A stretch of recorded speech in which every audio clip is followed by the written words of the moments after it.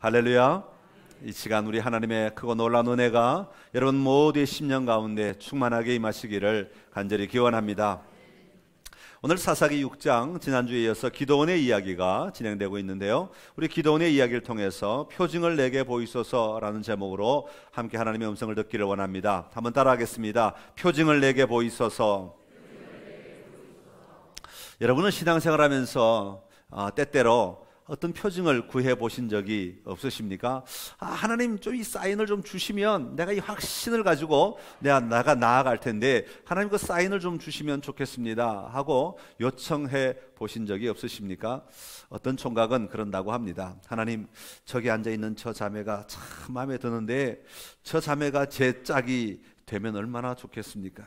만약 정말 저 자매가 제 짝이 될 수 있다면 징표를 하나 보여주십시오. 지금 저 자매가 벌떡 일어나서 저에게 다가오고 저에게 말을 걸면 저 자매가 바로 제 짝인 줄 알겠습니다. 네, 그렇게 기도하는 총각들도 있다고 합니다. 아니면 하나님, 제가 이 집을 사면 돈을 왕창 남길 수 있겠습니까? 오늘 제가 부동산에 갈 때 어떤 표징을 좀 보여주십시오.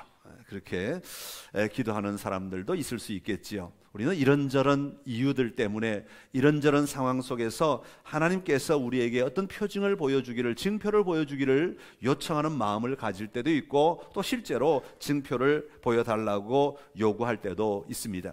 그런데 이런 표징들을 대부분 가만 보면, 표징을 요구할 때 가만히 보면 우리가 정말 확신에 차 있고 담대할 때 우리가 어떤 표징을 요구하는 게 아니라, 이런 표징을 요구할 때는 어때요? 우리가 뭔가 좀 불안하고 뭔가 좀 확신이 없고 뭔가 좀 두려울 때 우리는 흔히 이런 표징들을 요구하는 것을 보게 됩니다. 오늘 본문에 나오는 기드온도 마찬가지였던 것 같습니다. 우리 지난주에도 말씀을 드렸습니다마는 기드온은 지금 굉장한 두려움에 가득 차 있었던 사람입니다. 그래서 자신을 미디안 사람에게 들키지 않도록 하기 위해 밀을 타작하는데 넓은 마당에서 타작하지 아니하고 포도주 틀에서 그 밀을 타작하고 있는 그런 사람이었습니다. 그러니 그 포도주 틀에서 타작하는 밀의 양이 얼마나 작겠습니까? 그저 조그만 것 가지고 오물딱 하고 있는 그 사람에게 하나님이 나타나셔서 뭐라고 말씀하십니까? 큰 용사여, 여호와께서 너와 함께 하시도다. 그러니까 이 만약 여호와께서 나와 함께 하신다면 왜 이런 일들이 일어나냐고 막 부르짖었던 사람이 바로 기드온입니다. 그러나 우리가 이 기드온의 이야기를 잘 알고 있지요. 사사기를 계속해서 읽으면서 이 기드온이 하나님의 부르심을 받고 세워져서 마침내 하나님의 군대를 이끄는 사람이 되기까지 기드온은 점점 더 강해지고 확고한 태도를 가지게 되는 것을 볼 수가 있습니다. 하나님을 향한 믿음이 자라나게 된 것이죠. 포도주 틀에서 밀을 타작하는 연약한 자에서 미디안이라고 하는 엄청난, 그들을 지금 압박하고 있는 엄청난 그 군대를 대항하여 싸움을 주도할 만한 용사로 자라나기까지 그 여호와를 향한 그의 믿음이 자라났다라고 하는 것입니다. 이런 과정 가운데 있었던 기드온에게 필요한 것, 지금 오늘 본문의 시점에서 필요한 것은 바로 확신이었던 것이죠. 믿음의 성장에는 여러분 확신이 필요합니다. 우리에게 확신이 있을 때 우리는 한 단계 올라가는 것이고, 또 확신이 있을 때 그 다음 단계로 우리의 믿음이 자라나게 되는 것이죠. 오늘 그 확신을 위해서 지금 기드온은 표징을 요구하고 있는 것이죠. 오늘 기드온이 표징을 내게 보이소서라고 말하며 가지게 되었던 두 가지 확신을 소개하고 있는데, 오늘 그 확신들을 나누면서 그 확신이 나의 확신이 될 수 있는 은혜가 오늘 여러분에게 있기를 간절히 기원합니다. 첫 번째 확신은 뭐냐면 하나님이 나의 주 되심에 대한 확신입니다. 한번 따라합시다. 하나님이 나의 주님이십니다. 17절에 보면 이렇게 말합니다. 나와 말씀하신 이가 주 되시는 표징을 내게 보이소서. 다시 말하면 지금 여호와의 사자가 나타나서 계속 얘기하고 있는데, 나와 지금 대화하고 있는 당신이 나의 주님이신 것을, 나의 하나님이신 것을 내게 표징을 좀 보여주십시오 라고 요청하고 있는 것이죠. 당신이 나의 여호와 하나님이심을, 나의 주님이심을 확신할 수 있도록 나를 좀 설득해 주십시오 라고 하는 요청인 것입니다. 여러분, 기드온이 표징을 구하였다는 것은 그를 찾아온 그 사람의 말을 듣기는 듣지만 아직 마음 깊은 곳에 확신이 없었다는 이야기죠. 자신에게 여호와께서 함께 하신다는 그 말을 듣기는 듣지만 그 말에 대한 자신감이 아직 일어나지 않습니다. 아니, 나 같은 사람을 하나님이 쓰신다니, 나 같은 사람을 큰 용사로 부르시다니, 나 같은 사람을 하나님이 사용하시겠다니 이 말이 되지 않는 것 같습니다. 왜요? 자기 자신을 누구보다도 잘 알고 있기 때문에 지금 내가 얼마나 연약한 상태에 있는지, 지금 내가 얼마나 미약한 상태에 있는지, 지금 내가 얼마나 마음이 좁아져 있는지 자기 자신을 너무나 잘 알고 있기 때문에 그렇습니다. 나를 도와 미디안 사람을 치기를 마치 한 사람 치듯이 하겠다 말씀하시는 그 말씀을 받아들일 수가 아직 없었던 것이죠. 그 당시 환경에서 기드온은 아마 충분히 그럴 수 있었을 것입니다. 자기 자신도 두려움에 쌓여 있었고 환경적으로도 모든 사람들이 다 그런 두려움에 쌓여서 자기 자신을 감추며 살아가고 있는 그런 시대였기 때문에 그렇습니다. 그런 상황에서 말도 안 되는 것 같은 일을 하시겠다고 하니 받아들이기가 쉽지 않았을 것입니다. 그럼에도 불구하고 기드온은 오늘 본문에서 나와 말씀하신 이가 주 되시는 표징을 구하였다라고 말하고 있습니다. 여러분, 이런 표징을 요구하는 기드온의 마음은 어떤 것이겠습니까? 이런 표징을 통하여서라도 나와 말씀하시는 그분이 여호와 하나님이심을 확인할 수만 있다면 나는 가능성이 있다 라고 하는 것을 보고 있는 것이죠. 나와 말씀하시는 저분이, 나에게 용기를 주시는 저분이 여호와 하나님이시라면, 그것만 확인할 수 있다면 나는 소망이 있다. 왜? 내가 하는 것이 아니라 여호와 하나님이 하실 거라고 하니까 여호와 하나님이시라면 이건 가능성이 있다라고 하는 그 빛을 지금 보기 시작하는 것이죠. 나는 비록 약하지만, 나는 비록 아무것도 할 수 없지만, 나는 비록 미약하지만 저분이 여호와시라면, 저분이 여호와시라면, 그것만 분명하다면, 그것만 확신하다면 나는 가능하다 하는 것을 지금 발견하고 있는 것이죠. 다시 말하면 여호와의 명령을 지금 기드온은 자기 것으로 만들어가고 있는 중인 것입니다. 사랑하는 성도 여러분, 여러분에게는 기드온과 같은 마음을 가지고 있지는 않으십니까? 오늘 나와 함께 하시는 분이 여호와이심을 확인할 수만 있다면, 확신할 수만 있다면, 내가 분명히 징표를 통해, 표징을 통해 볼 수만 있다면, 오늘 나를 인도하시는 분이 여호와 하나님이심을 볼 수만 있다면, 오늘 나에게 능력 주셔서 나로 하여금 담대하게 감당할 수 있게 하시는 분이 바로 여호와 하나님이심을 확신할 수 있다면, 오늘 나와 함께 하시며 나를 도우시는 분이 여호와 하나님이심을 확신할 수 있다면, 우리는 어떤 어려움도 넉넉히 헤쳐나갈 수 있는 용기가 거기서부터 나오기 시작하는 줄로 믿습니다. 오늘 이 시간 여러분의 삶 속에 역사하시는 그 여호와 하나님을 보고 그분이 나의 주님이심을 고백할 수 있는 은혜가 여러분들에게 열려지기를 간절히 기원합니다. 자, 기드온은 표징을 구하면서 17절에 표징을 구하고 18절에 바로 그에게 하는 행동이 하나가 있습니다. 18절에 이렇게 말하죠. 내가 예물을 가지고 다시 주께로 와서 그것을 주 앞에 드리기까지 이곳을 떠나지 마십시오. 기다리세요. 내가 빨리 가서 예물을 가져오겠습니다. 지금 그렇게 이야기하고 있는 것이죠.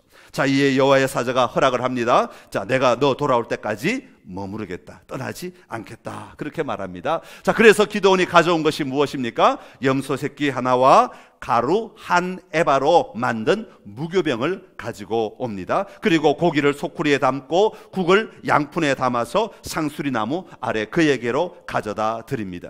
사실 가만히 생각해 보면 이 음식들은 별거 아닌 것 같은데요, 그 당시 지난주에 말씀드렸던 상황을 가만히 생각해 보시면 이 음식들이 결코 쉬운 음식들이 아니라는 것을 우리가 알 수 있습니다. 염소 새끼 한 마리, 당시에 미디안 군대들이 서들어와서 그 싹이 난 이삭까지도 밀까지도 싹 짐승들을 시켜서 먹어 치워버릴 만큼 잔인한 사람들인데 그 염소들을 남겨두겠어요? 그러니 염소 새끼 한 마리를 잘 키운다고 하는 것, 잘 보관한다고 하는 것은 얼마나 어려운 일인지 몰라요. 그러니 그 염소 새끼 한 마리를 가져온다는 것은 참 귀한 거죠. 그런데 더 귀한 것은 가루 한 에바로 만든 무교병, 떡을 가져왔다, 요즘 말로 하면 빵을 가져왔다라고 하는 거예요. 가루 한 에바. 여러분, 이 가루가 어떻게 만들어진 건지 아시죠? 어떻게 만들었어요? 타작해서 막 마당에 늘어놓고 한꺼번에 막 밀을 막 거두어가지고 만든 가루가 아니라 살펴가면서 오물딱조물딱 해가지고 겨우겨우 밀을 말이야 포도주 틀에서 까가지고 만든 가루란 말이죠.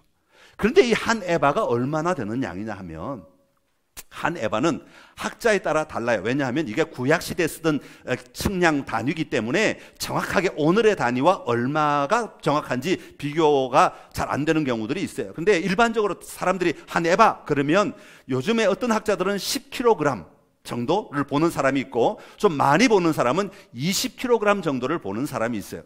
이해하기 쉽게 제가 설명을 드리는 거예요. 쌀 포대를 생각하면 돼요. 10kg짜리 쌀은 제가 이렇게 들고 다녀요. 사올 때 20kg짜리 쌀은 이렇게 들고 다뤄야 돼요. 이해하세요? 무게가 상당히 다릅니다.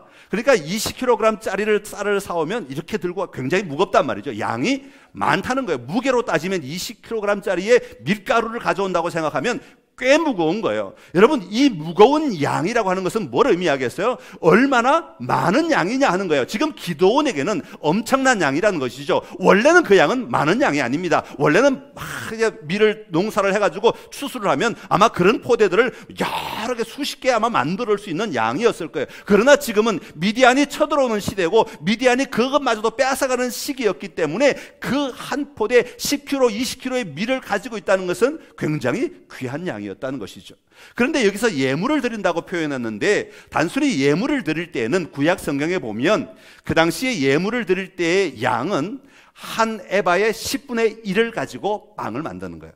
그러니까 한 에바의 소재를 드릴 때 한 에바의 10분의 1을 드리는 거죠. 그러니까 지금 기드온이 가져온 양의 10분의 1만 제사를 드리는 예물로 드리면 충분하다 그 말이죠. 그런데 지금 기드온은 10분의 1을 가져온 것이 아니라 10의 10 전부를 가져온 거라 그 말입니다. 한 에바를 다 가지고 왔다는 것이죠. 그러니까 이것은 예물의 양으로는 엄청나게 큰 것이고 많은 것이다 라고 하는 것을 표현하고 있는 것이죠.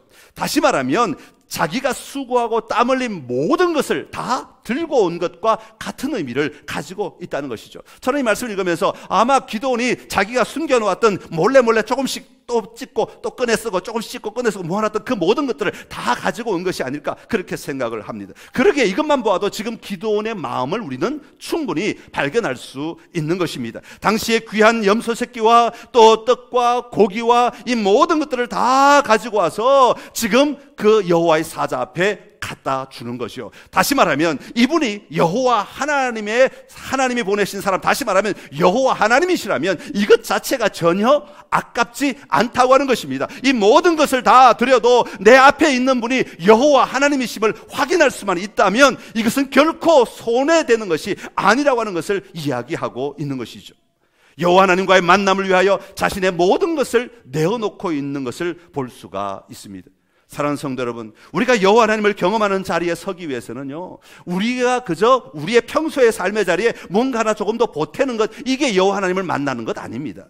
여호와 하나님을 경험한다고 하는 것은, 여호와 하나님을 누린다고 하는 것은, 여호와 하나님을 만난다고 하는 것은 내 삶을 완전히 내어놓고 그 자리에 여호와 하나님이 들어오시도록 요청할 때에 여호와 하나님을 진정으로 만날 수 있는 것입니다. 또 이 말을 가지고 하나님 만나려면 뭐 음식 가져오고 돈 가져오라, 교회에서 돈 가져오라, 그런 얘기가 아닙니다. 그 정도의 차원이 아닙니다. 그저 뭐 조금 뭘 가져오는 것 가지고 하나님을 경험할 수 있는 그런 차원의 이야기 아닙니다. 내가 살아가면서 내 안에 가장 소중하다고 여겼던 것, 그동안 그것 위해서 내 삶을 쏟고 내 헌신을 하고 내 모든 삶에 집중이 있었던 그것마저도 다 내어놓고 거기다가 여호와 하나님을 모실 수 있다면 이것은 아깝지 않은 거래다라고 하는 것을 이야기하고 있는 겁니다. 지금 기드온이 바로 그 모습을 우리에게 보여주고 있는 것이죠. 여러분, 거기서부터 여호와 하나님을 만나는 만남이 일어나게 됨을 이야기하는 것입니다. 여호와 하나님의 주 되심을 보는 것이죠. 여러분, 주인이 바뀌기 위해서는 내가 그동안 주인 삼았던 모든 것들을 내려놓을 수 있는 용기가 우리에게 있어야 한다는 말입니다. 오늘도 여호와 하나님 앞에 나와 그 하나님을 누리기를 원하는 여러분의 삶의 자리에 오늘 그런 용기가 하나님 앞에 드려질 수 있기를 간절히 기원합니다. 밀가루 아니어도 좋습니다. 내가 가장 소중하게 여겼던 것, 내가 붙잡고 살아왔던 것, 그것 때문에 하나님 좀 도와주십시오 라고 말하며 살았던 그것을 내려놓고 하나님 아니요, 하나님이 여기에 주인으로 오십시오 라고 고백할 수 있어야 한다는 것이죠. 오늘 여러분의 삶의 자리에 다시 한번 이런 고백이 있는 은혜가 넘쳐나게 되기를 간절히 기원합니다. 자, 그때 여호와의 사자가 그에게 말합니다. 고기와 무교병을 가져다가 바위 위에 놓고 국을 부으라고 말합니다. 아니, 지금 먹으라고 갖다 줬는데 바위 위에 놓고 또 부으라고 하니 참 말이 안 되지만, 상황적으로는 말이 안 되는 요구이지만 이 기드온은 시키는 대로 그대로 합니다. 그럴 때에 여호와의 사자가 손에 잡고 있던 지팡이를 그 음식에 갖다 댑니다. 자, 그러면 우리는 일반적으로 상식적으로는 그 지팡이에서 불이 나와서 그것을 태워야 되는데 그 지팡이에서 불이 나오지 아니하고 바위에서 불이 나와서 그 음식을 다 태워 버리는 것을 볼 수가 있습니다. 자, 바위에서 불이 나왔다고 할 때 여기 오늘 성경에는 살랐다라고 하는 21절 중간에 보면 불이 바위에서 나와 고기와 무교병을 살랐고, 그런데 이 살랐다는 말의 표현은 뭐냐면 삼켜버렸다는 의미다. 완전히 꿀꺽하고 먹어버렸다는 것이죠. 그러니까 여기 표현으로 하면 바위에서 불이 나와서 이 바위 위에 있던 모든 것들을 싹 태워서 없애버렸다라고 하는 의미로 사용되고 있는 것이죠. 자, 그리고 난 다음에는 여호와의 사자가 떠나서 보이지 않게 되었습니다. 자, 그제서야 기드온이 바로 그가 여호와의 사자인 줄을 확인하게 되었다, 인정하게 되었다, 그렇게 말하고 있습니다. 자, 여기서 기드온이 그가 여호와의 사자인 줄 알았다는 것은 어떤 정보로만 얻게 된 지식이 아니죠. 지금 누구로부터 들었기 때문에 알게 된 정보를 이야기하는 것이 아닙니다. 지금 그 불을 통하여 이 기드온은 지금 생생하게 여호와 하나님이 어떤 일을 하셨는가를 보고 경험하였다는 말입니다. 그래서 내 삶 속에 임하신 그 여호와 하나님을 온 몸과 온 감각으로 느끼고 누리고 보게 되었다고 하는 것을 이야기하고 있는 것이죠. 그렇게 알게 되었다. 아, 이분이 여호와이셨구나, 여호와가 나와 함께 하셨구나 하는 사실을 알게 되었다는 것입니다. 사랑하는 성도 여러분, 여호와 하나님을 알고 누리는 것은 여러분의 삶의 자리에 지식으로만 정보로만 하는 것이 아니라 우리의 온 삶으로 하나님이 나의 주님이심을, 여호와 하나님이 오늘도 살아계심을, 여호와 하나님이 오늘도 나와 함께 하심을, 여호와 하나님이 오늘도 통치하심을 보며 누리는 삶이 되어야 하는 줄로 믿습니다. 바위 위에서도 음식을 통해서도 우리의 삶의 모든 자리에서도 여호와 하나님은 자신을 드러내신 분이십니다. 그러게 우리는 그 모든 삶의 자리에서 여호와 하나님을 경험하며 사는 삶이 되어야 하는 것이죠. 오늘 여러분의 삶의 자리에 그런 은혜가 있기를 간절히 기원합니다. 자, 이처럼 기드온에게 임하였던 사람이 여호와 사자인 줄 인정할 때 그는 여호와 앞에서 큰 슬픔을 가지게 됩니다. 왜 슬퍼합니까? 왜 두려워합니까? 그 당시 상식으로는 하나님을 보면 죽게 된다는 상식을 가지고 있었기 때문이죠. 자, 그때 소리가 들립니다. 무슨 소리가 들렸습니까? 너는 안심하라, 두려워하지 말라, 죽지 아니하리라. 자, 그때에 이 소리를 듣고 났을 때 24절에 보면 놀라운 장면이 펼쳐집니다. 그것은 바로 기드온이 여호와를 위해 단을 쌓는데 그 단 이름을 뭐라고 지었습니까? 여호와 샬롬이라고 지었다는 것이죠. 여러분, 여호와 샬롬은 무슨 뜻입니까? 여호와 하나님은 나의 평화이십니다. 평강의 하나님이십니다 라고 하는 고백이죠. 여호와는 나의 평화이십니다. 여호와로 말미암아 내가 평화를 누립니다. 여호와로 말미암아 내가 참된 평강을 누립니다. 여호와는 내 안에 임하셔서 나의 평화의 왕이 되시고 평강의 평강이 되십니다. 평강의 주님이 되십니다. 그래서 여호와 하나님이 내 안에 오시면 나는 참된 평화를 누립니다 라고 하는 것을 고백하고 있다는 것이죠. 여호와 하나님이 떠났을 때, 자신이 찾아오셨다는 것을 알게 되었을 때 그 두려움이 임하게 되었는데, 이제는 그 두려움이 떠나가고 참된 평화가 임하게 되었다는 것을 선포하고 있는 것이죠. 미디안 때문에 두려움에 떨고 있던 그에게 여호와께서 오심으로 말미암아 마침내 그는 평화를 누리게 되었다고 고백하고 있는 것이죠. 밖으로는 고난이 오고 밖으로는 고통이 와서 우리를 두렵게 하고 우리를 어렵게 하고 우리를 염려하게 하고 우리를 근심하게 만들지만, 우리가 여호와 하나님이 나의 주님이심을 발견하고 주님이심을 고백하게 될 때 그 두려움이 나를 더 이상 공격하는 것이 아니라 내 안에 계신 여호와 하나님이, 나의 주님이 오히려 우리에게 평화를 베풀어 주신다고 말씀하고 있는 것입니다. 사랑하는 성도 여러분, 오늘 여러분은 신앙의 삶을 살아가면서 여호와 하나님께서 여러분의 주님이심을 얼마나 선포하고 살아가고 계십니까? 표징을 통하여서라도 여호와 하나님이 여러분의 주님이 되심을 확신하며 나아가는 삶을 사시기를 간절히 기원합니다. 여호와 하나님이 나의 주님이 되실 때 주변의 밖의 두려움이 나를 공격하는 것이 아니라 내 안에 있는 하나님이 나를 평화로 인도하시는 줄로 믿습니다. 예수님이 제자들에게 뭐라고 말씀하십니까? 평안을 너에게 주노라. 내가 주는 것은 세상과 주는 것 같지 아니하네. 내가 주는 평안은 영원히 너희와 함께 있을 것이다. 여러분, 기드온의 삶을 다시 한번 살펴보십시오. 두려워하던 그에게 여호와의 사자가 나타났습니다. 그래서 나와 말씀하신 이가 주 되신 표징을 보여달라고 기드온은 요청을 하였습니다. 확신이 필요하였던 것이죠. 그러면서 자신의 모든 것들을 다 내어놓고 그것만을 붙들고 여호와께서 주님이시, 나의 주님이심을 알고 싶어 그 자리에 헌신합니다. 그리고 순종합니다. 그럴 때 바위에서 타버린 음식을 보게 되고, 그로 인하여서 여호와 하나님이 나의 주님이신 것을 고백하게 되지요. 그때 두려움이 몰려오지만 사실 두려워한다는 것은 무엇을 의미하고 있습니까? 여호와 하나님이 나에게 임하셨다, 나의 주님이시라는 것을 반대로 표현하고 있는 거죠. 여러분, 주님 여호와 하나님이 그 여호와의 사자가 여호와이셨다는 것을 몰랐다면 두려워할 이유가 뭐 있어요? 그렇죠? 두려워하는 이유는 뭐라고 말씀드렸어요? 그분이 여호와를 내가 봤기 때문에 두려워하는 거 아니에요. 그러니까 자기가 두려워했다는 이 표현은 그분이 바로 여호와 하나님이셨다는 것을 내가 확실히 믿었다는 것을 의미하고 있는 거예요. 기드온이 확실히 맞아, 저분은 여호와 하나님이셔 라고 하는 것을 믿었다는 것을 표현하고 있는 겁니다. 그럴 때 그에게 뭐가 임했다고요? 평화가 임하게 되었다. 그래서 단을 쌓고 여호와 샬롬이라고 고백할 수 있게 된 거죠. 자, 여호와의 평화가 임하니까 그가 어떻게 되었어요? 오늘 본문에서 읽지는 않았지만 우리 앞부분 뒤에 보면 바알의 단을 회파하는 일이 일어납니다. 바알의 단을 무너뜨리는 일이 일어나게 되었다는 거죠. 얼마나 놀라운 일입니까? 미디안 때문에 숨어서 밀을 포도주 틀에서 타작하던 그 사람이 하나님을 나의 주님이심을 고백하고 나니까 그 바알을 무너뜨리는, 그 이단 신상을 무너뜨리는 자가 되었다는 거예요. 단지 돌 하나를 무너뜨리는 것을 의미하는 것이 아니지 않습니까? 미디안과 전쟁을 선포하는 겁니다. 미디안과 전면전을, 미디안 용사 한 명을 쓰러뜨리는 것보다 바알 신전을 쓰러뜨리는 게 더 무서운 일이잖아요. 전쟁을 선포하는 것과 같은 것이죠. 여러분, 사랑하는 성도 여러분, 우리가 예수를 믿는다는 것은 무엇을 의미합니까? 예수 그리스도께서 나의 주님이심을 인정하는 것입니다. 그러게 우리가 그리스도인이 된다는 말은 예수님이 나의 주님이십니다, 예수님이 나의 그리스도이십니다라고 고백하며 사는 사람이 되어야 하는 것이죠. 그래서 사도 바울처럼 이제는 내가 사는 것이 아니요 내 안에 그리스도께서 사시는 것이라고 고백할 수 있어야 합니다. 그리고 내 안에 계신 예수 그리스도로 말미암아 나는 새로운 피조물이 되었습니다. 왜? 내가 모두 다 내어드렸기 때문에, 내가 다 비우고 그 자리에 주님이 들어오셨기 때문에, 그 자리에 주님이 임하셨기 때문에 내가 새로운 피조물이 되었습니다 라고 고백하여야 합니다. 이전 것은 지나갔으니 보라 새 것이 되었다 라고 담대하게 선포할 수 있는 삶이 되어야 하는 것이죠. 여러분의 삶에 예수 그리스도께서 나의 주님이심을 고백하며 나아가는 삶의 고백이 여러분의 삶을 예수님께로 헌신하며 나아가는 힘이 되시기를 간절히 기원합니다. 두 번째 이야기가 36절부터 나오는데, 두 번째로 다시 한 번 더 기드온은 하나님께 표징을 구하고 있는 장면이 나옵니다. 36절에 보면 이렇게 말합니다.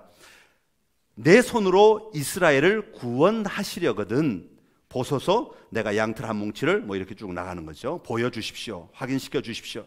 다시 말하면 내 손으로 이스라엘을 구원하시려거든. 이 무슨 말입니까? 나를 부르셔서 나를 용사로 사용하시려거든 이라고 하는 말이죠. 다시 말하면 나를 부르셨다는 부르심에 대한 확신이 지금 기드온에게는 필요하였다고 하는 것입니다. 그래서 그것을 보기를 원한다고 요청하고 있는 것이죠. 오늘 기드온은 표징을 통하여 확인하고 싶었던 것은 나를 통하여 이스라엘을 구원하시려고 나를 부르셨다는 부르심에 대한 확신이었습니다. 다시 말하면 오늘 여호와 하나님께서 나를 통하여 일하시고 계시다는 확신을 가지기를 원하였던 것이죠. 여러분, 아브라함, 우리가 잘 알고 있는 아브라함에게는 하나님의 부르심이 있었기 때문에 그가 고향을 떠나서 하나님이 가라고 말씀하시는 땅을 향하여 갈 수 있었습니다. 너는 너의 고향 친척 아비집을 떠나 내가 내게 보여줄 땅으로 가라. 아브라함은 갈대아 우르에서 우상을 숭배하던 사람이었습니다.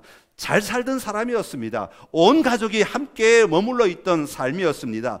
그곳에서 모든 것을 누리며 인간적으로는 풍성했지만 또한 동시에 영원히 멸망을 당할 수밖에 없는 삶을 살고 있었습니다. 그런데 그런 아브라함을 하나님이 부르신 것이죠. 그럴 때 아브라함은 그 부르심에 응답을 하여서 가라고 하시는 약속의 땅을 향하여 가기 시작했다고 하는 것입니다.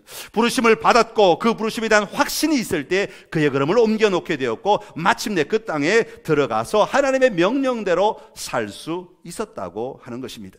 오늘 기도는 여기까지 나아가기 위해 또 한 번의 확신이 필요하였던 것입니다. 36절에 보면 이미 말씀하신 것 같이 내 손으로 이스라엘을 구원하시려거든 내가 정말 부름받은 자가 맞는지에 대한 확신이 필요하였던 것입니다. 내가 정말 리더가 될 수 있는가? 내가 정말 이 백성을 이끌고 우리를 괴롭히는 저 미디안을 향하여 내가 정말로 진격할 수 있는가? 저들을 대면하여 내가 정말 그들 앞에 나아갈 수 있는가? 그리고 내가 정말 저들과 싸웠을 때 내가 저들을 이길 수 있겠는가? 확신이 필요했던 겁니다. 하나님의 부르심에 대한 확신만 분명하다면 전쟁은 하나님이 하시는 것이기에 내가 하는 것이 아니기에 가능하다, 승산이 있다 하는 것을 이 기도원은 알고 있었던 거죠. 그렇기 때문에 그것을 누리기 위해서 뭐가 먼저 필요했냐면 정말 부르신 게 맞습니까? 이것만 확실하면, 이것만 확인되면, 이것만 정확하면 그 다음은 문제가 되지 않는다는 것을 기도는 지금 이야기하고 있는 것이죠. 그래서 양털 한 뭉치를 가지고 와서 양털 시험을 하고 있습니다. 양털 하나를 37절에 보면 뭐라고 제안합니까? 마당 가운데, 타작 마당의 가운데 놓고 밤에 지날 때 이슬이 내려서 주변은 아무런 흔적이 없고 여기만 이슬이 내리게 해 주십시오.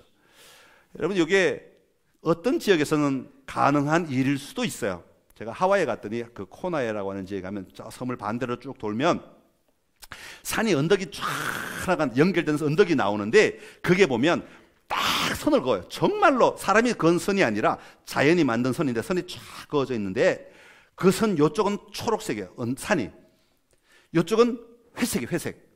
무슨 말이냐면 요 선을 그어서 요쪽은 비가 계속 와요. 섬이 있기 때문에. 요쪽은 신기하게도 비가 안 와. 그래가지고 풀이 다 말랐어. 그래가지고 회색이에요. 회색. 그런 지역도 있어요. 그런데 이건 넓은 지역이죠. 넓은 지역일 때 가능해요. 소나기가 와도 용문동에는 소나기가 막 쏟아지는데 괴성동에는 소나기 안 올 때가 있어요. 롯데백화점 위에는 막 소나기가 와서 막 쇼핑하다가 큰일 났다 그러는데 교회는 말짱해. 교회에 있어야 된다. 하나님 농담입니다. 또 그렇게 또 듣고는 또 가서 우리 목사님 이렇게 말하더라 그러시면 제가 이상한 사람 됩니다. 어느 정도 큰 지역이다 그 말이죠. 그렇게 비가 오고 안 오고 이슬이 내리고 안 오고는 큰 지역에 해당되는 거지. 요렇게 여기 양털 요렇게 모아놓은 요 조그만 지역에 어느는 오고 어디 안 오고 이건 있을 수 없다는 거죠. 그런데 밤이 지나고 정말 나가 보니까 양털에는 물이 가득해. 짰더니 그릇에 가득 나왔다 그랬어요. 그런데 주변은 흔적이 하나도 없어요.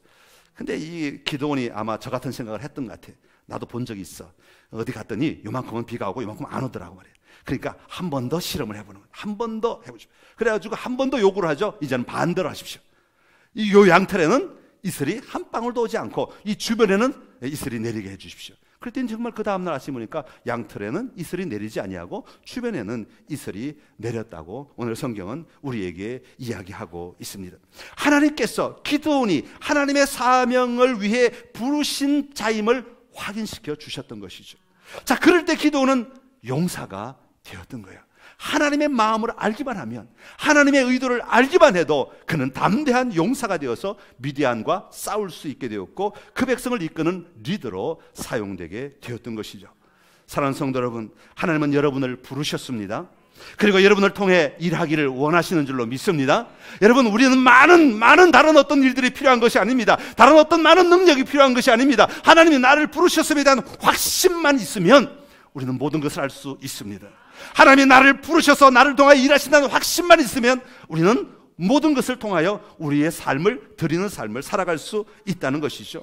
오늘 여러분의 삶 속에 그런 하나님의 임재가 충만하기를 간절히 기원합니다. 하나님이 나를 부르셨음을 인정하고 살아가는 믿음의 고백들이 분명하게 있기를 간절히 기원합니다. 여러분을 부르셨습니다. 때로는 여러분을 남편으로, 때로는 여러분을 아내로, 때로는 여러분을 아들로, 딸로, 또 이 세상 속에서 어떤 일을 감당하는 자로, 회사에서, 직장에서, 사회 속에서, 이웃들과 관계 속에서, 교회 안에서 하나님은 여러분의 다양한 방법으로 다양한 자리에서 여러분들 부르셨습니다. 부르셨다는 이야기는 단순히 그냥 너 불렀어, 됐어, 그리고 알아서 해, 이게 아니라 하나님은 나를 통해서 그 자리에서 일하기를 원하신다는 것입니다. 우리는 언제나 그런 사고방식을 가지고 살아야 합니다. 하나님은 나를 부르셨고 나를 통하여 일하기를 원하십니다. 우리 가정에 나를 부르셨고 나를 통하여 우리 가정에 하나님의 일들이 드러나게 하시기를 원하십니다. 하나님은 나를 부르셨고 우리 교회에서 나를 통하여 하나님의 일들이 드러나게 하시기를 원하십니다. 우리 직장에서 하나님은 나를 부르셨고 나를 통하여 하나님의 일들이 드러나게 하시기를 원합니다. 아무리 어렵고 힘든 상황 속에서도 하나님은 나를 통해 일하기를 원하시니 하나님의 마음을 가지고 하나님의 뜻을 가지고 하나님의 능력을 가지고 담대하게 도전하여 하나님의 일들이 일어나도록 나를 사용하는 것입니다. 기도원이 지금 그렇게 하고 있는 것이죠. 전쟁 속으로 나아가게 되는 것입니다. 여러분, 베드로를 잘 아시죠? 베드로 하나님의 부름을, 예수님의 부름을 받았습니다. 그런데 그 부르심에 대한 확신이 그렇게 많지 않았던 것 같아요. 때로는 있는 것 같은데 때로는 없는 것 같아요. 신앙 고백할 때는 있는 것 같은데 그 다음날 보니까 엉뚱한 얘기해. 또 그 다음에 보니까 엉뚱한 얘기해. 예수님께서 재판받으러 잡혀가실 때 나는 그 사람 모른다고 저 사람 모른다고 3번씩이나 부인하는 걸 보면 이 부르심에 대한 확신이 과연 있나 하는 의심이 들 정도예요. 그런데 부활하신 예수님께서 요한복음 21장에 보면 베드로에게 나타나시죠. 배 오른편에 그물을 던져라 고기를 잡고 난 다음에 이제 무트로 나온 베드로에게 예수님이 말씀하십니다. 요한의 아들 시몬아, 내가 이 사람들보다 나를 더 사랑하느냐? 그때 뭐라고 베드로가 대답합니까? 주님, 그러하나이다. 내가 주님을 사랑하는 줄을 주께서 아시나이다. 그때 주님이 이렇게 말씀하시죠. 내 양을 먹이라. 이 부르심을 받고 베드로는 놀라운 변화의 삶을 살기 시작합니다. 사도행전에 나오는 베드로의 모습은 전혀 딴 사람입니다. 언제 왔다 갔다 했던 그런 성격, 기도하는데도 기도도 못하고 잠만 자던 그런 베드로가 아니라 자진해서 감옥에 들어가 있어도 기도하고 찬송하고 감옥이 저절로 열리는 경험을 하게 되고 이방인들 향해 복음을 선포하기 위해서 그 하나님의 받아들일 수 없는 말들을 받아들이기 시작하고 수용하기 시작하고, 그리고 마침내 베드로는 십자가에 그 꿀로 매달려 죽었다는 이야기를 우리가 잘 알고 있습니다. 여러분, 하나님의 부르심만 확실하다면, 부르심에 대한 확신만 우리에게 있다면 우리는 어떤 일이든지 우리는 그 자리를 향해 나아갈 수 있게 되는 줄로 믿습니다. 데살로니가전서 2장 12절에 이렇게 말합니다. 이는 너희를 부르사 자기 나라와 영광에 이르게 하시는 하나님께 합당히 행하게 하려 함이라. 우리를 부르신 이유는 네 일 잘하도록, 네 삶 잘 살도록, 너 배만 부르도록 그렇게 하기 위해 우리를 부르신 것이 아니라 하나님 나라에 합당하도록 우리를 부르셔서 사용하신다고 말씀하고 있습니다. 그러면서 또 말하기를 데살로니가전서 5장 24절에 이렇게 말합니다. 너희를 부르시는 이는 미쁘시니 그가 또한 이루시리라. 부르실 뿐 아니라 부르신 우리가 감당할 수 있도록 하나님이 일하신다고 말씀하십니다. 그 하나님을 누리는 은혜가 있기를 간절히 기원합니다. 오늘 기도는 그 하나님을 누리고 있는 것이죠. 그래서 용사가 될 수 있었습니다. 다음 주에 계속됩니다. 용사로서의 기도 기대되지 않습니까? 다음 주에 빠지지 마시고 찬양하겠습니다. 내가 주인 삼은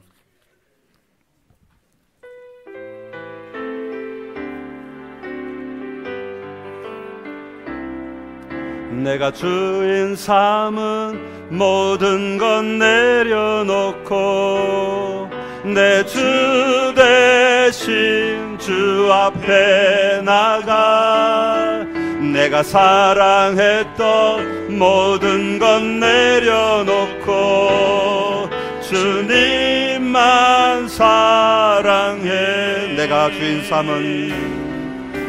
주인 삼은 모든 건 내려놓고 내 주 대신 주 앞에 나가 내가 사랑했던 모든 건 내려놓고 주님만 사랑해.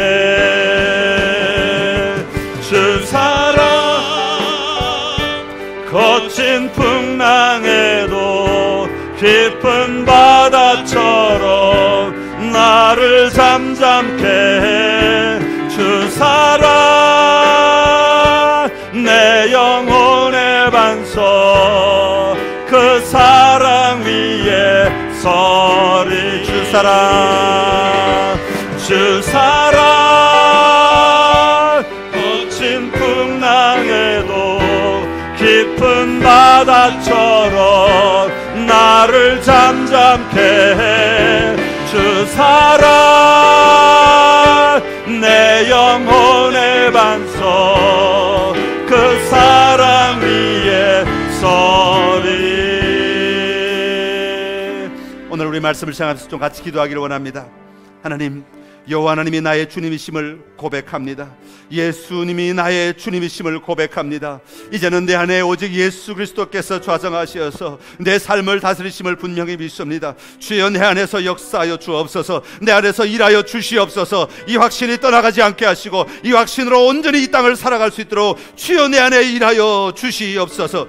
또 하나, 여호와 하나님이 나를 부르셨다는 이 부르심에 대한 확신을 가지고 내가 살아가기를 원합니다. 나를 부르셔서 나를 통하여 일하기를 원하시는 그 하나님의 뜻에 합당한 삶을 살아가도록 주여 나에게 용기를 더하시고 나에게 믿음을 더하시고 나에게 능력을 더하여 주시옵소서. 오늘도 일하시는 하나님을 볼 수 있게 하여 주옵소서. 믿음에 믿음을 더하여 달라고 우리 주님 세 번 잡고 한 번 같이 기도하겠습니다. 주여, 주여, 주여. 하나님 아버지, 은혜를 감사합니다. 아버지, 아침에 주님 우리에게 기도원의 얘기를 통해서 다시 한번 우리에게 말씀하여 주시니 감사합니다. 기도원의 삶을 통하여 아버지 여호와 하나님이 나의 주님이심을 고백하게 하시고 여호와 하나님이 나를 만드신 나의 주인이심을 선포하시니 감사합니다.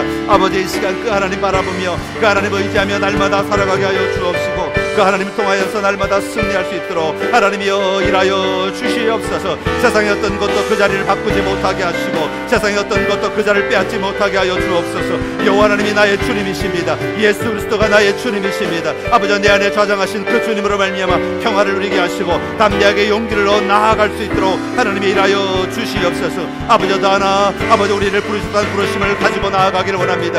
내 삶의 자리를 통하여 하나님이 일하신다는 확신을 가지고 나아가게 하여 주시옵소서. 하나님 부르셨기에 내 삶을 통하여 일하시기를 원하시고 내 삶을 통해 사용하시고 내 삶을 통해 역수하시는 하나님을 믿습니다. 하나님 아버지, 더 놀랍게 더 놀랍게 더 놀랍게 우리 가운데 일하여 주옵시고 더 강하게 우리의 삶을 사용하여 주시옵소서. 그 하나님 바라보며 나아가기를 원합니다. 그 하나님만 의지하며 나아가기를 원합니다. 그 하나님만 신뢰하며 나아가오니 하나님 우리 가운데 역사하여 주시옵소서. 예수님의 이름으로 기도합니다. 하나님 아버지, 은혜를 감사합니다. 여호와 하나님이 나의 주님이심을 보게 하시니 감사합니다. 예수 그리스도께서 나의 주님이심을 보게 하시니 감사합니다. 하나님, 주님이심을 발견하고 주님이심을 고백하는 그 자리에 아버지, 우리의 세상의 두려움이 아니라 하나님을 향한 두려움 앞에 서게 하여 주옵시고 그 두려움이 우리를 평화롭게 만드는 은혜임을 보게 하여 주시옵소서. 우리에게 여호와 샬롬의 평화가 있을 때 우리는 세상을 향하여 담대하게 나아가게 될 줄로 믿습니다. 하나님, 나의 주인이심이 아버지 우리의 삶의 자리에 계속해서 고백되어지게 하여 주옵소서. 또한 우리를 부르셨다는 부르심에 대한 확신을 갖기를 원합니다. 하나님, 오늘도 나를 부르셔서 나를 통하여 일하기를 원하시는 그 현장 속에 내가 서 있음을 기억하게 하여 주옵시고 하나님, 내가 온전히 하나님의 뜻대로 쓰임받도록 나를 언제나 내어드리며 살게 하여 주옵시고 하나님의 마음을 가지고 하나님의 뜻을 품고 살아가게 하여 주시옵소서. 내 입술의 말이나 내 발의 걸음이나 내 행동 하나하나까지도 하나님의 부르심을 받은 자답게 살아가게 하여 주시어서 이 땅을 변화시키는 도구가 되게 하여 주옵소서. 그리하신 하나님을 찬양하옵고 예수님의 이름으로 기도드리옵나이다. 아멘.